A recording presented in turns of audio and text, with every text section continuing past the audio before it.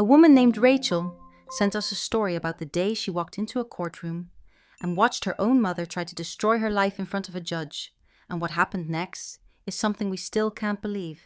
Rachel stood there silent while her mother approached with a smile that promised victory, the kind of smile that said the game was already over before it even started.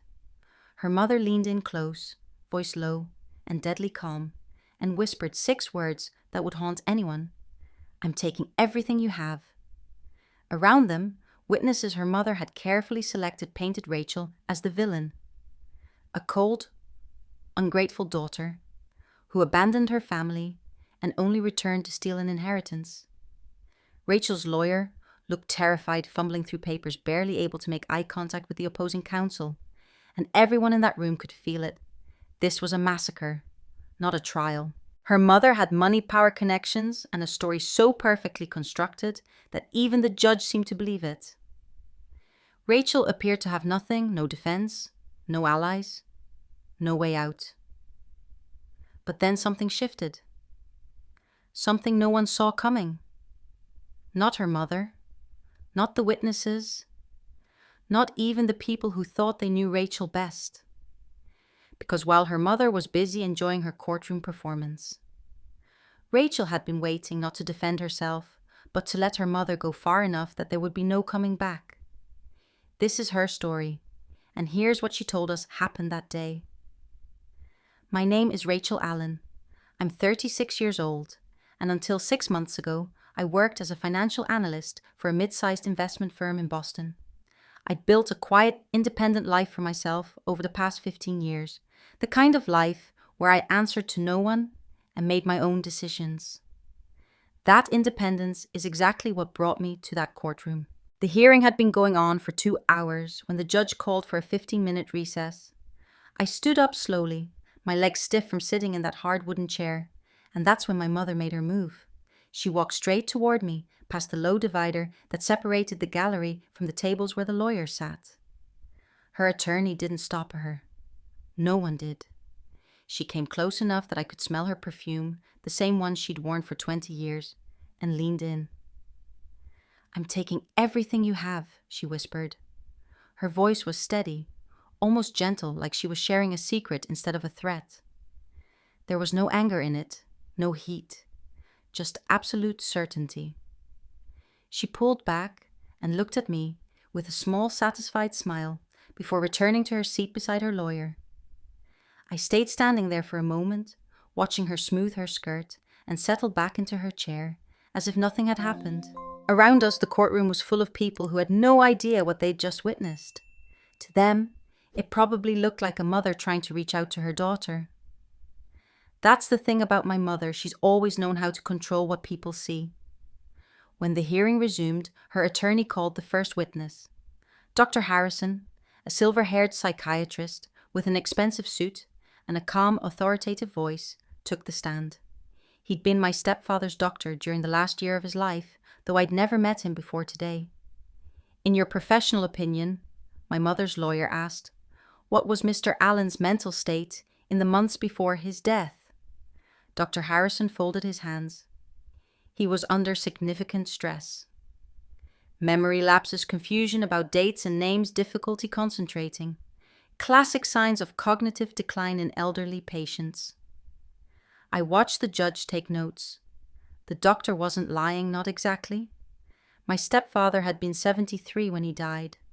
But what Dr. Harrison didn't mention was that those symptoms were mild, that my stepfather had been sharp enough to manage his business until 2 weeks before his death, that he'd met with his lawyer twice to ensure his will was exactly what he wanted. The accountant came next. Margaret Chen, who'd handled my stepfather's finances for a decade, testified that I'd had unusually increased contact with him in the months before he signed his will. She presented phone records, email logs, visit schedules. Everything looked damning on paper.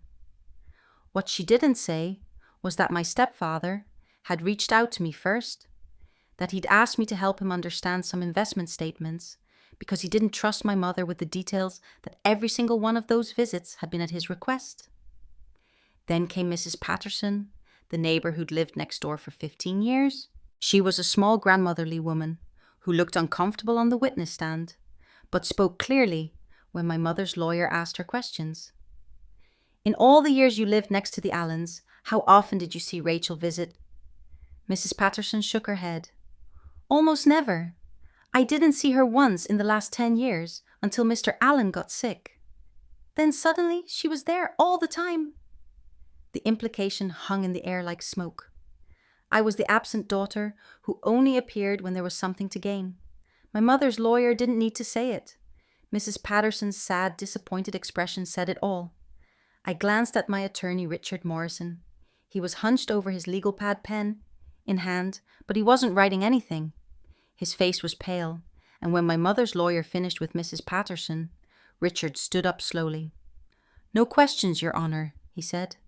I'd hired Richard because I could barely afford him. After my mother had gotten the court to freeze the joint accounts, my stepfather had set up accounts she claimed I'd manipulated him into creating. I was left with only my own savings.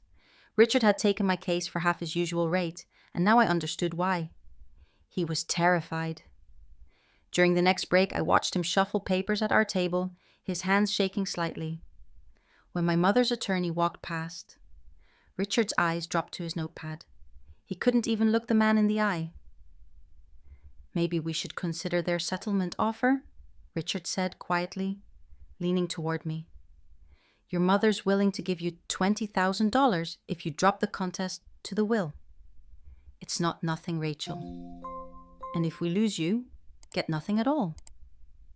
I looked at him. Richard Morrison was a decent man, probably a good lawyer, when he wasn't drowning in a case he couldn't handle. But that's exactly why I'd kept him. My mother needed to believe I was desperate, outmatched, defeated. A confident, expensive attorney would have made her cautious. Richard made her certain. "No," I said simply. Throughout the rest of the afternoon, I sat perfectly still. I didn't object when the witnesses twisted the truth. I didn't react when my mother's lawyer painted me as a manipulative stranger who'd swooped in to steal a dying man's fortune. I didn't even flinch when he showed the judge a photograph of my stepfather's signature on the will and suggested it looked shaky, uncertain, possibly coerced.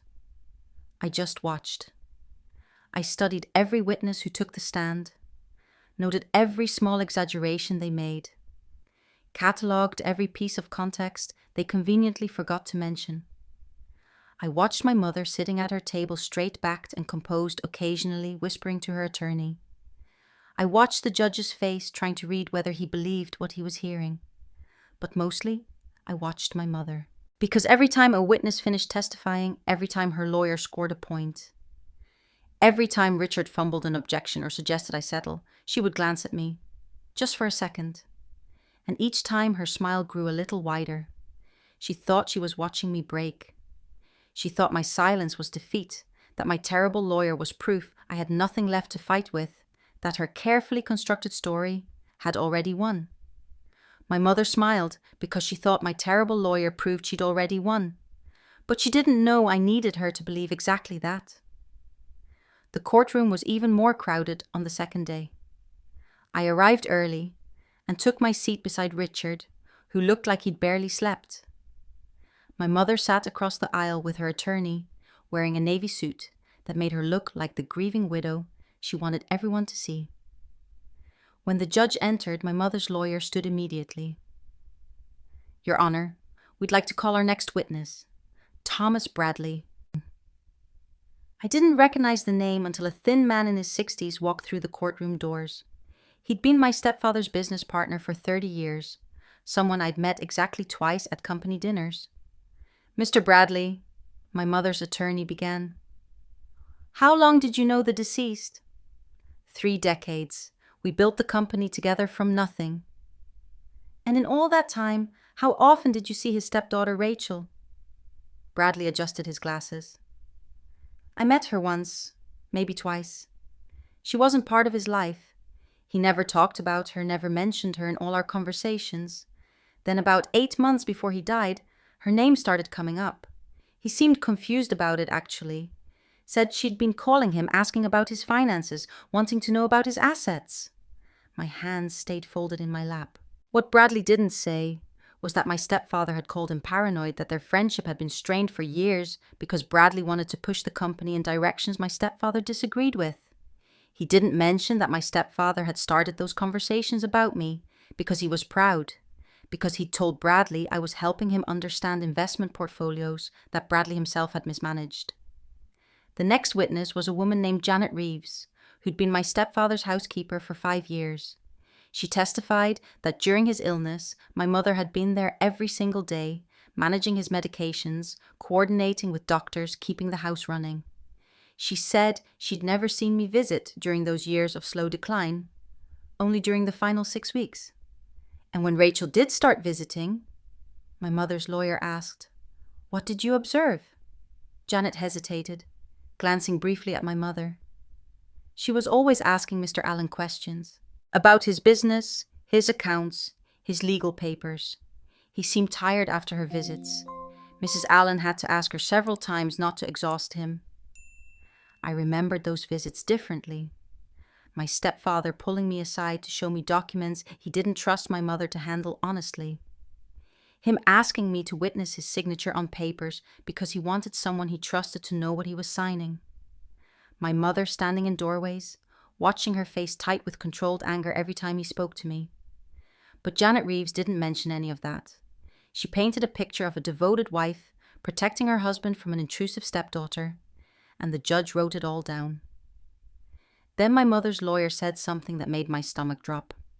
"Your Honor, we have one more witness, someone who can speak to the defendant's character and her true feelings about her mother. We call Sarah Mitchell." The courtroom doors opened and Sarah walked in. 20 years. We'd been friends for 20 years. She'd been at my college graduation, my wedding, my divorce. She'd helped me move into my first apartment and held me when my stepfather died. We'd had coffee 2 weeks before this hearing started, and she'd told me she was sorry about everything I was going through.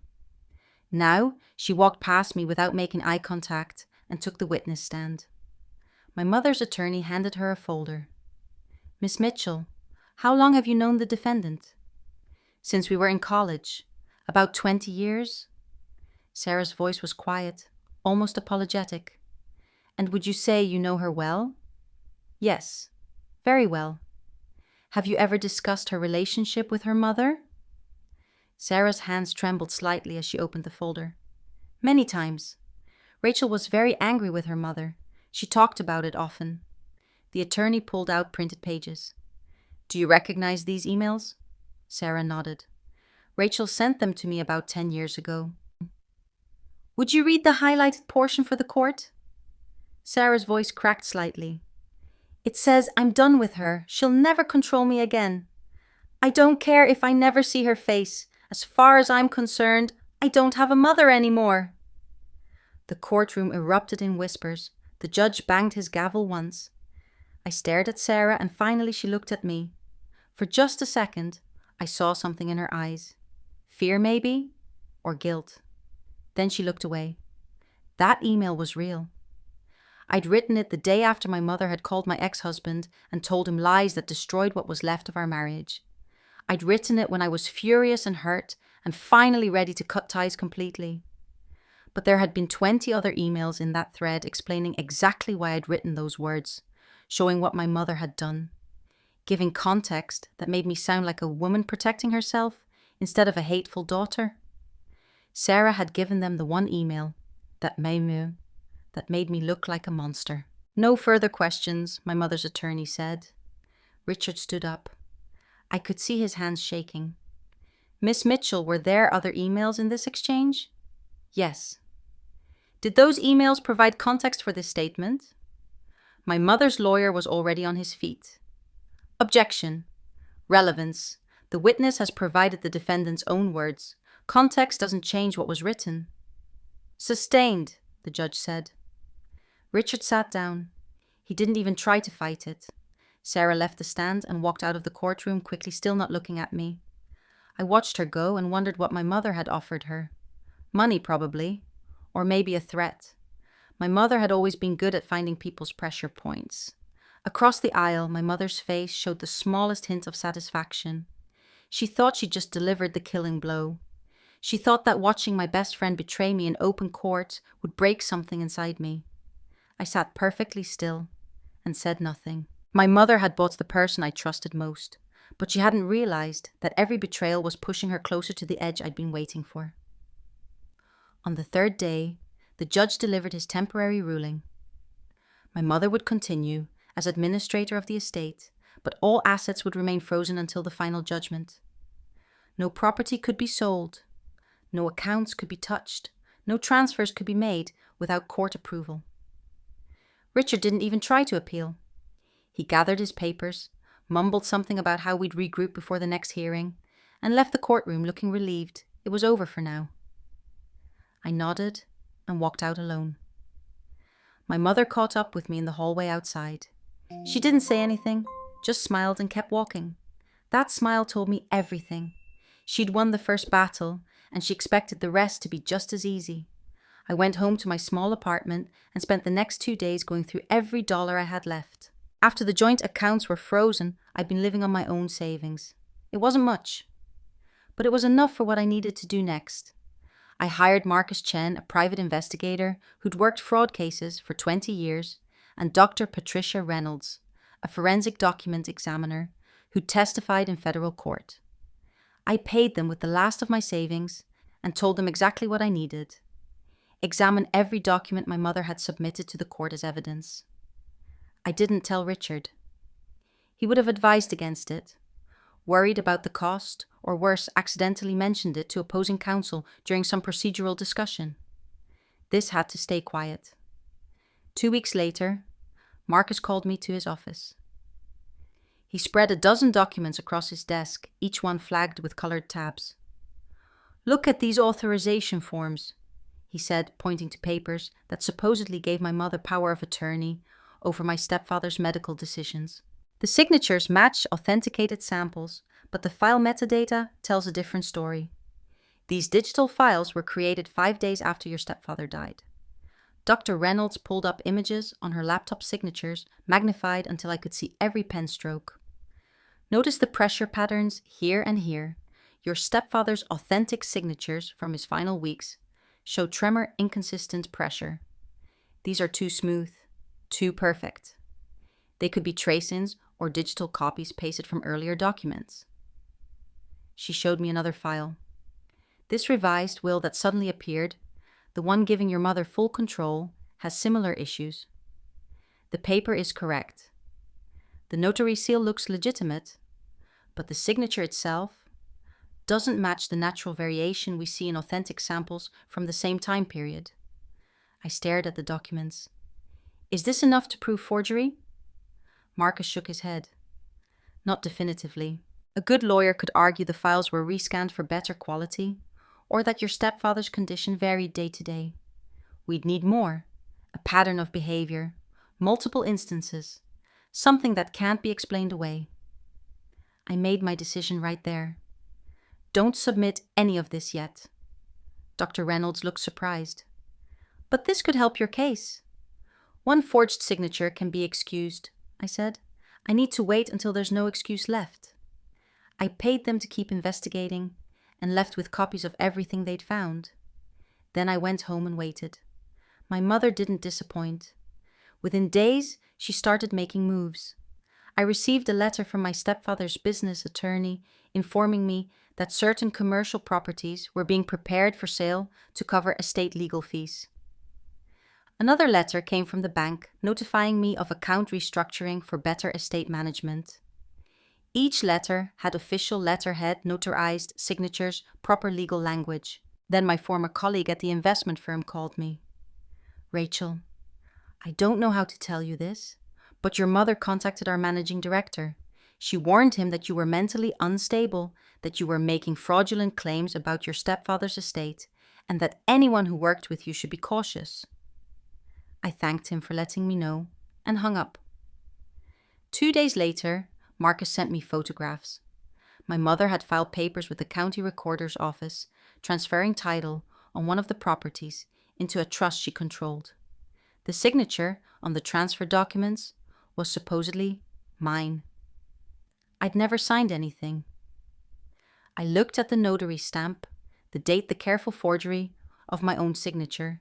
It was good work, probably done by someone professional, but it was still fraud. Marcus called that evening. She's getting bolder.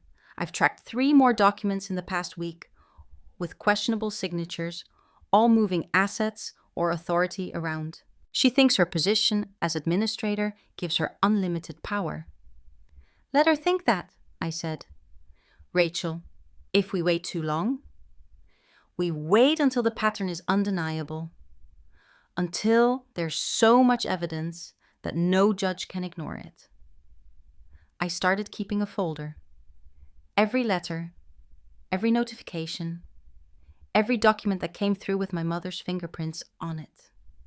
Marcus and Dr. Reynolds kept sending me their findings. Signatures that didn't quite match. File timestamps that didn't make sense. Notarizations that looked suspicious when cross-referenced with the notary's actual schedule. My mother was building a mountain of fraud 1 document at a time, and she had no idea I was cataloging every piece of it. She called me once during those 2 weeks. Rachel, we could still settle this reasonably. I'm willing to give you $50,000 to walk away.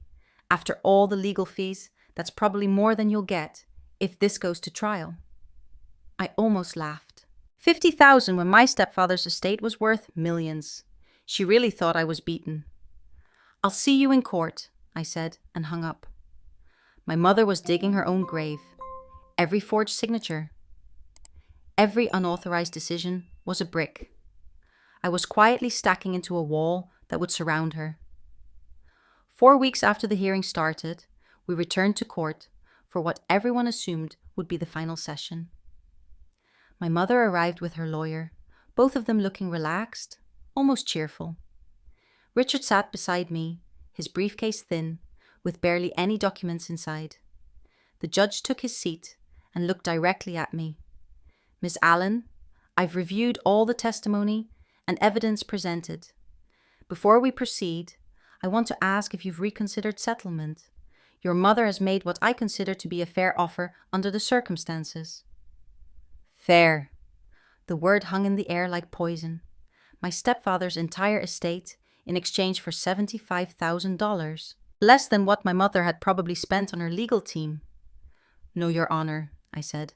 I haven't reconsidered. My mother's lawyer stood confident and relaxed. Your Honor, the plaintiff has presented a clear pattern of behavior.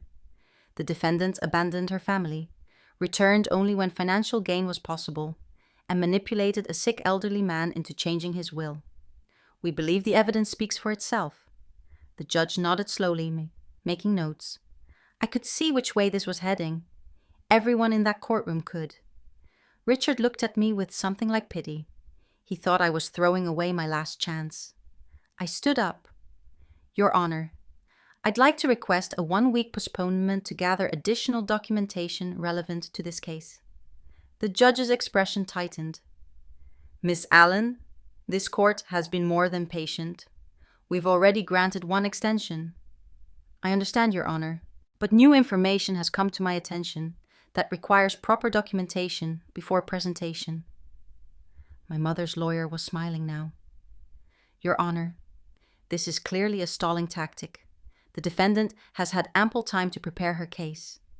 The judge sighed. Miss Allen, this is your final extension. 1 week. When we reconvene, I expect this matter to be ready for final judgment. Do you understand? Yes, Your Honor. As I left the courtroom, I heard my mother's lawyer chuckle. Richard gathered his papers without looking at me. They all thought I was desperate, grasping at straws, buying time, because I had nothing left. 2 days later, I was at home when my phone rang. It was Richard, his voice tight and strange.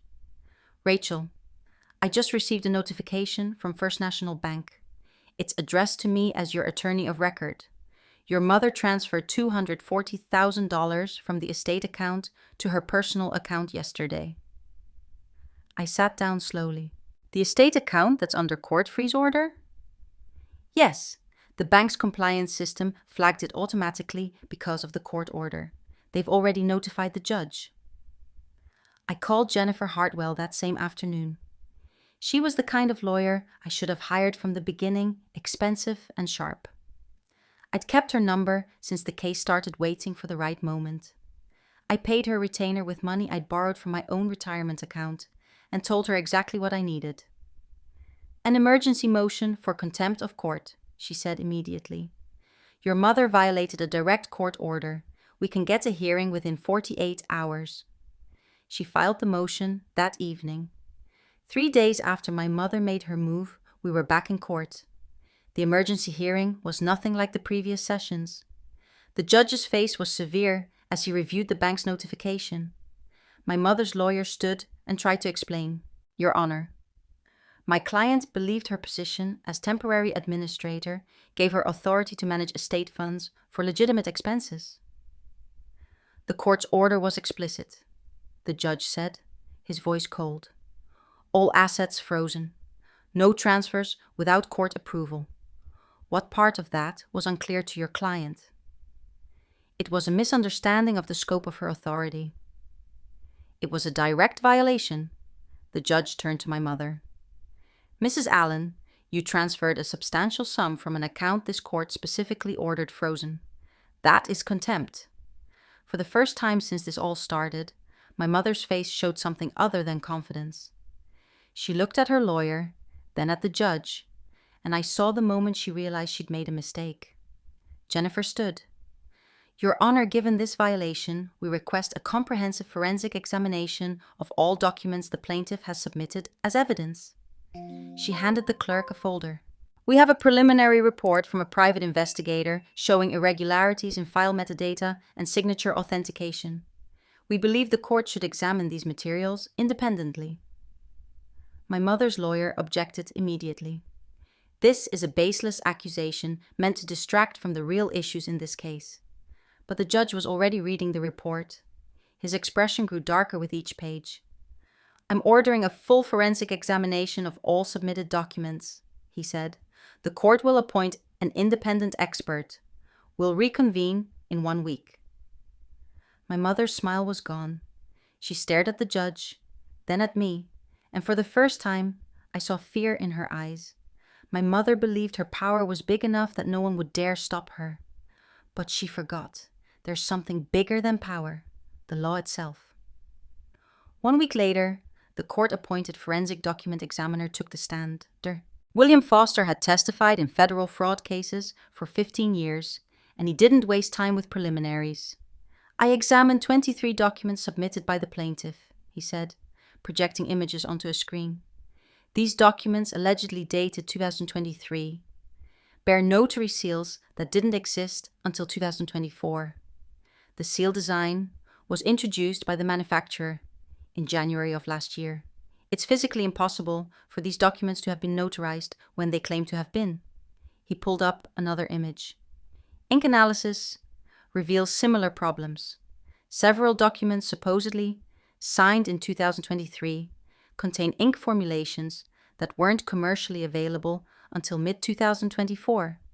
Additionally, 3 separate documents show signatures with identical pressure patterns and stroke angles.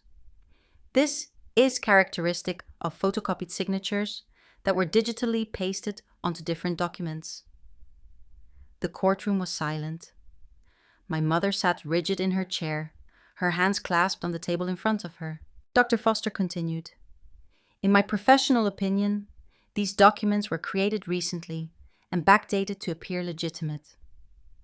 The judge called a brief recess, and when we returned, the notary was brought in. His name was Dennis Kowalski, and he looked like he'd aged 10 years since being subpoenaed. When confronted with Dr. Foster's findings, he broke. "She knew about a mistake I made 5 years ago," he said quietly. "A notarization I did without properly checking ID. It was stupid, but I was new and didn't know better. Mrs. Allen found out somehow and said she'd report me to the state board if I didn't help her. I'd lose my license, my livelihood, so I did what she asked. I backdated the notarizations, made them look legitimate." My mother's lawyer stood to object, but the judge waved him down. The damage was done. Everyone in that courtroom knew what they were hearing. 6 days later, we assembled for the final hearing. The courtroom was packed. Word had spread about the forgery evidence, and people were curious to see how it would end. My mother wore black like she was already in mourning for what she was about to lose. The judge entered and everyone stood. When he took his seat, he didn't waste time. "I've reviewed all evidence and testimony," he began. "First, regarding the validity of the will. The original will executed by the deceased is valid and enforceable. All claims challenging it are dismissed. The estate assets belong to Rachel Allen, as specified in that document." My mother's face went pale, but the judge wasn't finished. "Second, regarding violations committed during these proceedings. Mrs. Allen seriously violated this court's freeze order by transferring $240,000 without authorization. Mrs. Allen submitted forged documents to this court as evidence. Mrs. Allen abused her authority as temporary administrator in multiple documented instances." He looked directly at my mother. "Third, civil penalties. Mrs. Allen will return the $240,000 transferred illegally, plus 10%, annual interest totaling $24,000. For contempt of court, a fine of $75,000. For sanctions related to submitting fraudulent documents, $50,000. The total amount owed is $389,000 payable within 90 days. My mother's lawyer was frantically writing notes, but there was nothing he could do. The judge continued. "Fourth, I'm referring this matter to the State Bar for investigation of counsel's role in these proceedings. The notary will be referred to the district attorney for potential criminal prosecution. As for Mrs. Allen herself, given her age and the fact that this appears to be a first offense, I'm recommending against criminal charges provided full restitution is made." The gavel came down. It was over. In the days that followed, the consequences rippled outward. My mother's lawyer, facing a state bar investigation, chose to surrender his license voluntarily rather than go through formal disbarment proceedings. It was reported in the legal newsletter, and I saw the notice myself. My mother's brother called me 2 weeks after the verdict. "I want you to know I had nothing to do with this," he said, his voice tight with anger. "Your mother transferred property into my name without telling me what she was doing.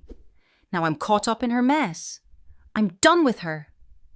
The friends who had testified for her, who had sat in the gallery, nodding along with her version of events, quietly disappeared from her life. Mrs. Patterson, the neighbor, stopped returning her calls. The women from her book club found reasons to meet elsewhere. In a community where reputation was everything, my mother had become toxic. 1 month later, the district attorney's office sent a formal letter declining to prosecute. My mother had made full restitution. She was 68 years old, and it was technically a first offense. But the letter didn't matter. She'd already lost everything that mattered to her. 2 weeks after the verdict became final, I ran into my mother in a grocery store parking lot. We were both walking to our cars when we saw each other. For a moment, neither of us moved. Then she walked over. No lawyers, no courtroom, just the two of us in the afternoon sun. "You planned this from the beginning, didn't you?" she asked. "No," I said. "I just let you do what you always do." And I waited. Her face hardened. "You'll regret this." I looked at her, this woman who had tried to destroy me, who had bought my friend's betrayal, who had forged documents and lied to a court, all because she couldn't stand that I'd escaped her control 20 years ago. "No, Mom," I said quietly. "This time I don't need to apologize." I turned and walked to my car. I didn't look back. I didn't feel the rush of victory I'd imagined. I just felt tired and free. The relationship was gone, burned to ash in that courtroom, but that was the price. Some cages you can only escape by destroying them completely. I drove home to my apartment, to the quiet life I'd built without her, and I knew I'd never have to fight this battle again. Mom said she'd take everything from me, but the one thing she really wanted control, she'll never have again. And that's all that matters. That's Rachel's story, and honestly, when she first sent it to us, I had to read it twice to believe it. Here's a woman who walked into a courtroom completely alone, facing a mother who had money power witnesses, and an entire system that seemed stacked against her. Everyone thought she'd lost before she even began. But Rachel understood something that her mother never did. Real strength isn't about controlling others. It's about refusing to be controlled. Her mother paid $389,000 in penalties and restitution. She lost her lawyer, her reputation, her friends, and her family connections. But the real punishment wasn't financial. It was the loss of the one thing she valued most, her ability to manipulate and control the people around her. For someone who spent decades believing that power meant making others bend to her will, being stripped of that power was worse than any prison sentence. And Rachel. She didn't get revenge by destroying her mother. She got freedom by making sure her mother could never hurt her again. There's a difference, and it's an important one.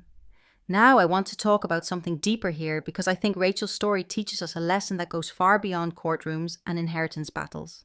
How many of us have people in our lives who use love as a weapon? Who twist family loyalty into obligation?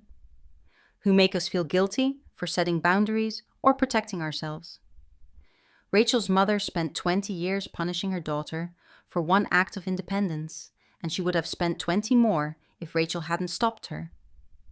The truth is, not every relationship is worth saving. Not every family bond deserves to be maintained. And sometimes the most loving thing you can do for yourself is walk away from people who treat your autonomy as a betrayal. Rachel lost her mother in that courtroom, but she'd already lost her years ago. What she gained was something far more valuable, the certainty that she would never again have to apologize for living her own life. For those of you watching who might be dealing with someone like Rachel's mother, someone who uses manipulation, guilt, or emotional blackmail to control you, please hear this. You are allowed to protect yourself. You are allowed to set boundaries. You are allowed to say no, even to family, even to people who claim they're acting out of love. Real love doesn't demand that you sacrifice your dignity, your autonomy, or your peace of mind. Real love doesn't require you to stay small so someone else can feel big. Rachel's story also shows us the power of patience. She didn't react emotionally. She didn't fight back immediately. She waited, she observed, and she let her mother's own actions create the consequences. That's wisdom, and it's something we could all learn from. Sometimes the strongest move isn't the loudest one. Now, we want to hear from you. Have you ever had to stand up to a family member who tried to control your life? Have you ever had to choose between keeping the peace and protecting yourself? What would you have done in Rachel's situation? Drop your thoughts in the comments below. Because your experiences matter, and sharing them might help someone else who's going through something similar. If this story resonated with you, if it made you think about your own relationships or gave you courage to set boundaries in your own life, please hit that subscribe button and turn on notifications. We share real stories from real people every week. Stories about resilience, justice, and people who refuse to stay victims. And if you know someone who needs to hear Rachel's story, someone who's struggling with a controlling family member or a toxic relationship, share this video with them. Sometimes knowing you're not alone makes all the difference. Leave us a comment telling us what you thought about Rachel's approach. Was she right to wait and let her mother self-destruct? Or would you have handled it differently? We read every single comment, and we love hearing your perspectives. Thank you for watching. And remember, freedom is always worth fighting for, even when the battle is against someone who's supposed to love you.